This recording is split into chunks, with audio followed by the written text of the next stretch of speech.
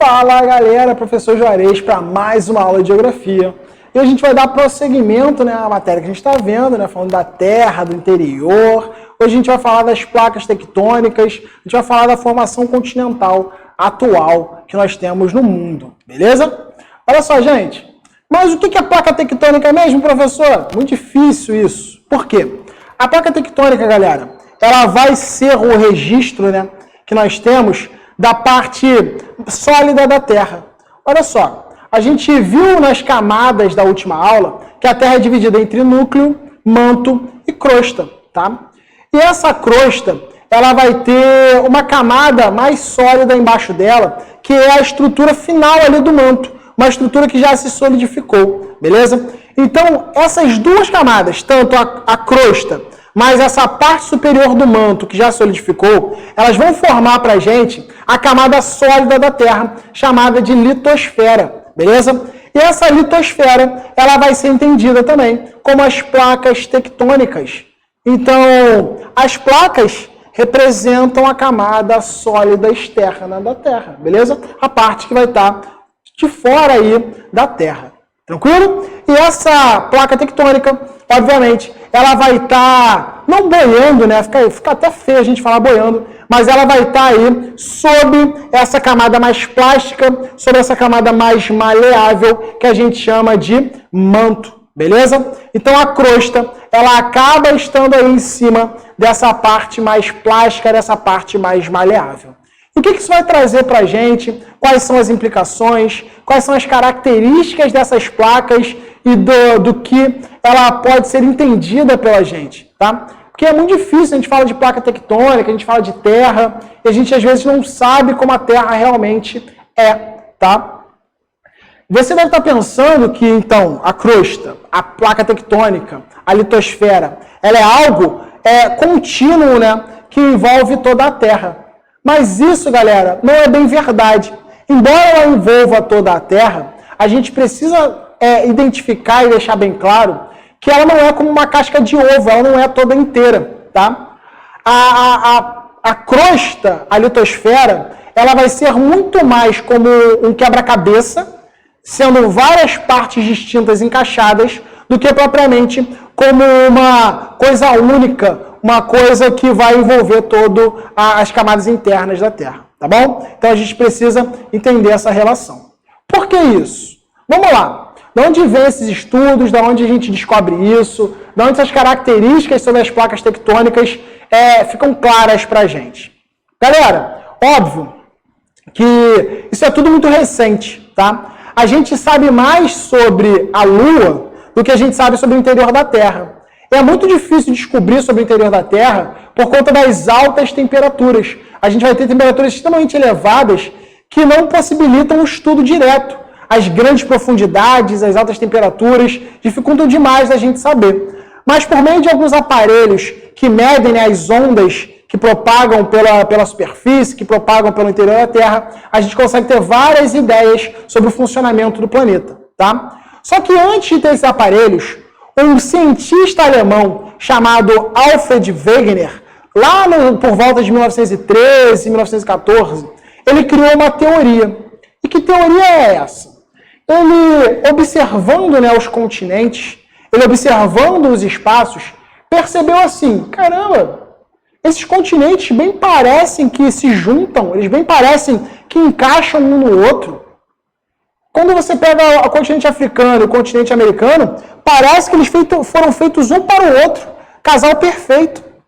E aí ele começou a pensar, caramba, será que num passado mais distante, obviamente, a Terra ela tinha um único grande continente, a Terra tinha um único grande oceano, e que eles foram ao longo do tempo se dividindo? Ele começou a deduzir então que existia no passado um supercontinente chamado de Pangeia, tá? E que a Pangeia começou a se dividir, formando posteriormente, há 200 milhões de anos, a Eurásia e a Gondwana, que veio ao longo do tempo se transformar nos continentes que nós temos atualmente em território mundial. Beleza? Então o Wegener, ele por conta dessa observação, começou a perceber que isso poderia ser real. Só que naquela época, galera, não existia imagem de satélite, não existia nada disso. O que ele fez para tentar provar a teoria dele? Ele foi lá no continente africano, na costa oeste do continente africano, e analisou as rochas e encontrou vários fósseis de animais terrestres. Quando ele veio até a América do Sul, ele fez a mesma coisa. Achou rochas que eram iguais a que estavam na África e achou também os mesmos fósseis de animais terrestres que estavam na África. E aí, isso consolidou a teoria dele sobre a deriva dos continentes, sobre a deriva continental, sobre os continentes serem um só e se separarem ao longo do tempo. Só que você deve estar se perguntando, maneiro, ele sabia disso, mas como que os continentes se movimentam? Por que eles se movimentam? Então, galera, isso só veio ser explicado com a teoria das placas tectônicas mais recente. O Wegener não conseguiu dar essa explicação, mas ele sabia que antes era uma coisa só e depois se dividiu, beleza? A teoria mais atual, ela fala sobre o movimento do magma que acaba movimentando as placas tectônicas. E óbvio, quem está em cima da placa tectônica? O continente. Então, quando a placa tectônica se movimenta, o continente acaba também se movimentando. Vamos dar uma olhada nas placas tectônicas e depois a gente dá uma olhada nessa movimentação do magma? Vamos fazer isso. Olha só, essa aqui é a teoria do Wegener, que nós falamos agora, tá? E essa aqui é a teoria das placas tectônicas, a mais recente, a dos tempos mais modernos, tá? Que coloca o mundo sendo dividido entre grandes placas tectônicas. Por exemplo, olha aqui, ó, a gente aqui, ó, olha aqui, Brasilzinho. O Brasil vai estar localizado, galera, na placa sul-americana, tá bom? A gente tem, por exemplo, o continente africano localizado aí na placa africana. Nós temos a Europa, nós temos a Ásia localizadas ali na placa euroasiática. Nós temos também a placa do Pacífico, várias placas tectônicas que são diferentes. E que o mais engraçado é que esse movimento aqui, que o Alfred Wegener falou lá no início de 1900, ele continua acontecendo. Os continentes, galera, eles continuam se movimentando. É óbvio que isso não é perceptível pela gente, por conta do tempo que leva para acontecer, tá? Mas os continentes continuam se movimentando, a movimentação da Terra continua acontecendo, a Terra continua super dinâmica. Mas por que isso vai acontecer? Por conta disso aqui. Olha só, existe no manto um movimento chamado de movimento de convecção ou movimento convectivo. Que movimento é esse, professor? É um movimento que acontece, galera, por conta da diferença de temperatura entre as estruturas internas da Terra. Vamos lembrar? O núcleo, galera, ele vai ser muito mais quente do que a parte que está próxima à crosta. E essa diferença de temperatura funciona como se fosse uma panela em ebulição. Já botou água para ferver na panela? Espero que não, vocês estão no 6º ano, mas já viu tua mãe, teu pai, tua avó, tua tia, teu tio fazendo isso. O que acontece com uma panela que está fervendo, a água que está fervendo dentro da panela? Galera, a água ela sai de baixo e ela vai para cima, criando borbulhas, criando bolha. Então a água, por conta da parte de baixo em contato com o fogo estar mais quente do que a parte de cima, ela fica se movimentando dentro da panela. O interior do planeta, ele funciona da mesma maneira. Pela parte próxima ao núcleo ser mais quente e a parte próxima à crosta ser mais fria, existe um movimento de lava saindo da parte mais quente para a mais fria, ela resfria e ela volta a descer. Ela esquenta, sobe, resfria, volta a descer. Então, ó, esses movimentos circulares que acontecem dentro do manto, tá? Eles são obviamente muito lentos, mas eles acabam também movimentando quem?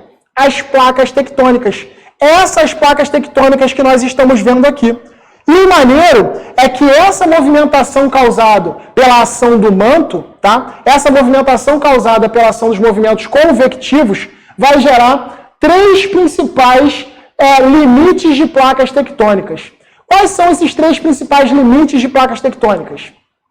São esses aqui.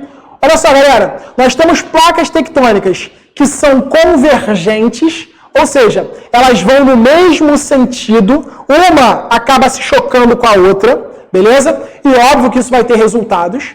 Nós temos placas tectônicas que são divergentes, quando elas vão se afastando, e isso também tem resultados, obviamente.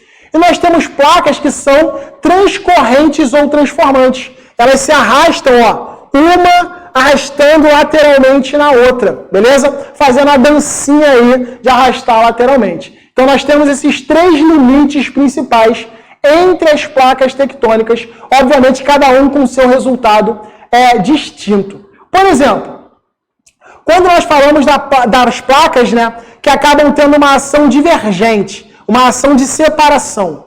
Olha só, galera, vocês vão reparar aqui nessa imagem que quando existia o supercontinente, não existia oceano, por exemplo, entre, né, o que virou a América do Sul e o que virou a África. Mas atualmente existe um oceano chamado de Atlântico entre esses dois espaços.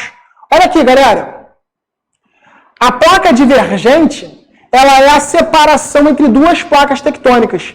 E nessa separação das placas tectônicas, cria-se uma brecha. O que vai tapar essa brecha? Sempre que tiver um movimento divergente, vai ter um vazamento, vai ter uma saída de magma, vai ter uma saída vulcânica. E essa saída vulcânica, ela vai criando o fundo do mar, ela vai criando um assoalho marinho, beleza? E esse assoalho está representado aqui. Olha só, olha aqui a distância entre a América do Sul e o continente africano. Essa distância ela continua se ampliando ao longo dos anos. Você sabia que a África e a América elas se separam em média 4 ou 5 centímetros por ano? Então, é o que vem acontecendo por conta do extravasamento de magma. O magma vai saindo, vai criando o fundo do mar e eles vão se separando, as placas vão se separando ao longo do tempo. Beleza? Outro movimento que nós temos é o convergente. Convergente, galera, é quando uma placa vai no mesmo sentido da outra, beleza?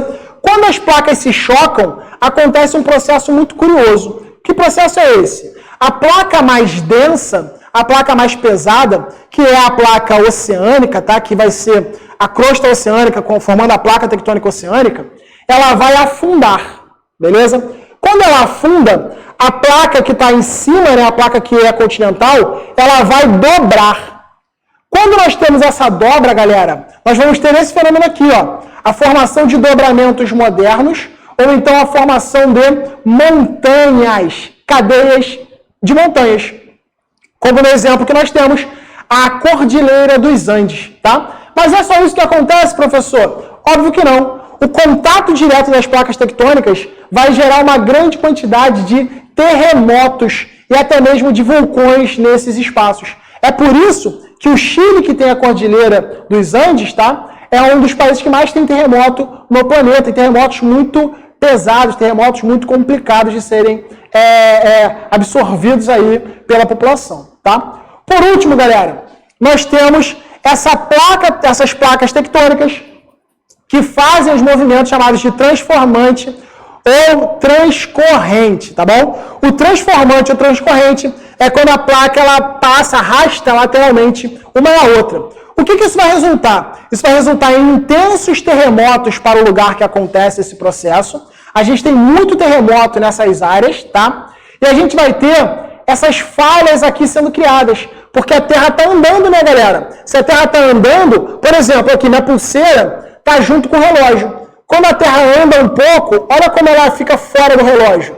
Então, ó, a gente vai ver que várias marcas, várias falhas, elas acabam sendo criadas dentro desses espaços, tá bom? Principalmente com terremotos. Existem até filmes que retratam sobre isso. O lugar mais famoso do mundo que tem esse processo é nos Estados Unidos, num espaço chamado de Falha de San Andreas, beleza? Que vai ser o mais famoso com esse processo acontecendo até hoje. Enfim, galera, espero que vocês consigam entender tudo que foi dito na aula. Qualquer coisa volta, mas a gente se vê na aula ao vivo, tá? A gente se fala e tira todas as dúvidas e continua falando um pouquinho mais sobre esse tema, beleza? Gente, até mais, beijão e a gente se vê na próxima.